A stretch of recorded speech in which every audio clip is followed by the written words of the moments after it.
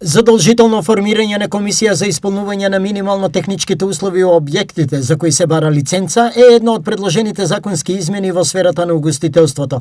Истекна денеска на прес заменик министерот за економија и труд Маријан Ристиски. Целта наша е во иднина во таа комисија да влезат повеќе институции и професионалци, лица професионалци во својата област, кои ќе гарантираат со својот подпис во записникот, кои ќе го направат не откако ќе се даде лиценца, него пред да се издаде лиценца на овие објекти, како што се кабарина, ноќни клубови, дискотеки и така натаму.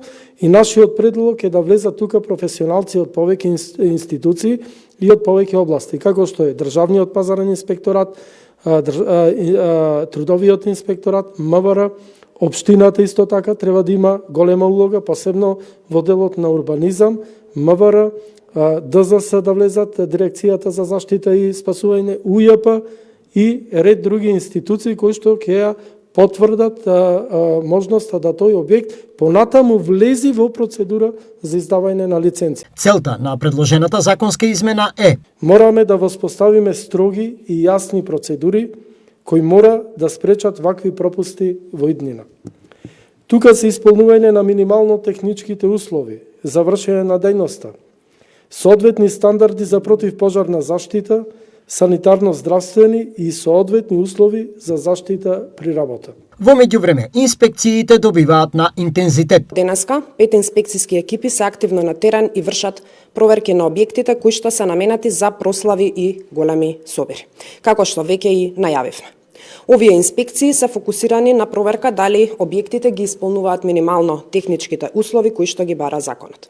Во наредните денови очекуваме нов извештај од оваа контрола кој ќе даде појасна слика за нивоата на усогласеност и сите неопходни корективни мерки кои што ќе треба да се превземат. Досегашните иницијативи за донирање како помош на настраданите наиде на целосна поддршка од владата. И наше како влада е да поддржиме секој процес на хуманост, но истовремено јавноста да ја информираме дека во врска со медицинските и логистичките трошоци државата стои позади овие пациенти и позади овие семејства.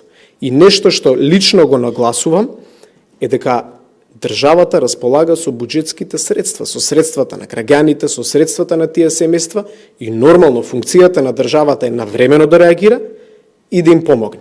Така да не можам да осудам било каков повик за донација, напротив, наша хумана човечка реакција е кога гледаме дека некој се соочува со трагедија да најдеме начин како да му помогнеме, тоа е природно и тоа покажува дека како општество и како луѓе сме солидарни меѓу себе си